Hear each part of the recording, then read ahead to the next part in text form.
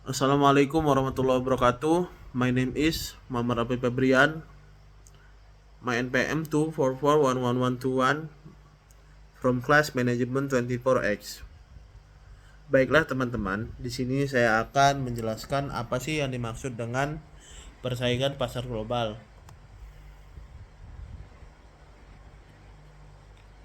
Poin-poin di sini yang akan saya jelaskan yaitu adalah yang pertama pengertian, kedua faktor, yang ketiga dampak, dan yang terakhir strategi. Yang pertama adalah pengertian persaingan pasar global.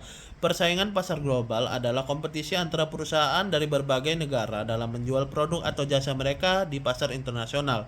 Globalisasi telah membuka akses bagi perusahaan untuk menjangkau konsumen di seluruh dunia, sehingga menciptakan persaingan yang lebih luas dan kompleks.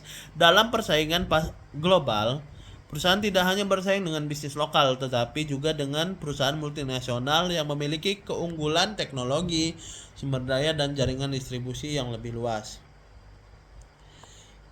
Faktor-faktor yang mempengaruhi persaingan pasar global, yang pertama adalah globalisasi ekonomi, kemudahan perdagangan antar negara, pengurangan tarif impor, dan perjanjian perdagangan bebas atau FTA membuat semakin banyak perusahaan asing masuk ke pasar domestik sehingga persaingan semakin ketat.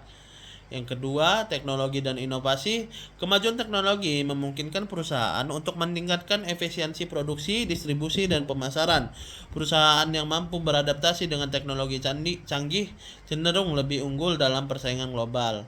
Yang ketiga, kualitas dan diferensiasi produk. Perusahaan harus menawarkan produk berkualitas tinggi dan memiliki keunikan tersendiri agar kita bersaing dengan produk serupa dari negara lain. Kemudian biaya produksi dan tenaga kerja. Negara dengan biaya produksi yang lebih rendah cenderung memiliki keunggulan dalam harga produk. Negeri seperti Cina, Vietnam, dan India menjadi pusat manufaktur global karena tenaga kerja yang murah. Dan poin selanjutnya adalah permintaan konsumen dan budaya lokal. Preferensi konsumen di setiap negara berbeda-beda sehingga perusahaan harus menyesuaikan strategi pemasaran dan produknya agar sesuai dengan budaya dan kebutuhan lokal. Poin yang ketiga adalah dampak persaingan pasar global. Yang pertama, dampak positif, meningkatkan kualitas produk dan layanan, seperti perusahaan terdorong untuk berinovasi dan meningkatkan kualitas agar dapat bersaing. Yang kedua, harga yang lebih kompetitif. Konsumen mendapatkan produk dengan harga yang lebih murah karena perusahaan berlomba-lomba menawarkan dengan harga terbaik. Yang ketiga, akses ke pasar internasional. Perusahaan lokal memiliki peluang untuk berkembang ke pasar global. Nah, yang keempat, peningkatan investasi asing. Negara yang memiliki daya saing tinggi cenderung menarik lebih banyak investasi dari luar negeri. Nah, sekarang kita masuk ke dampak negatif. Apa sih dampak negatifnya? Yang pertama, tekanan bagi usaha kecil dan menengah atau UKM. UKM sering kesulitan bersaing dengan perusahaan multinasional yang memiliki modal besar. Yang kedua, ketimbangan ekonomi. Negara berkembang sering menghadapi eksploitasi sumber daya alam dan tenaga kerja murah. Yang ketiga, monopoli dan perusahaan besar. Oleh perusahaan besar dengan modal kuat bisa menguasai pasar dan menghambat persaingan sehat. Yang terakhir adalah fluktuasi ekonomi global. Krisis ekonomi di suatu negara dapat berdampak ke negara lain karena keterkaitan ekonomi global. Sekarang kita masuk ke poin yang keempat. Strategi menghadapi persaingan pasar global. Yang pertama, meningkatkan daya saing produk. Yang kedua, memanfaatkan teknologi digital. Yang ketiga, menyesuaikan produk dengan pasar lokal. Yang keempat, membangun aliansi strategis.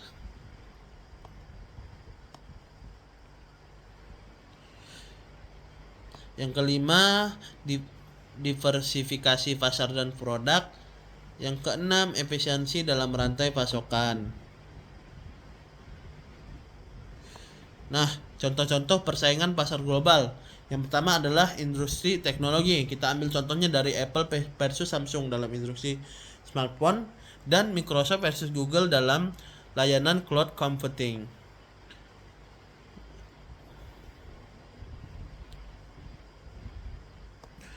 Dalam industri otomotif ada Toyota, Honda, dan Tesla bersaing dalam pasar mobil listrik dan hybrid.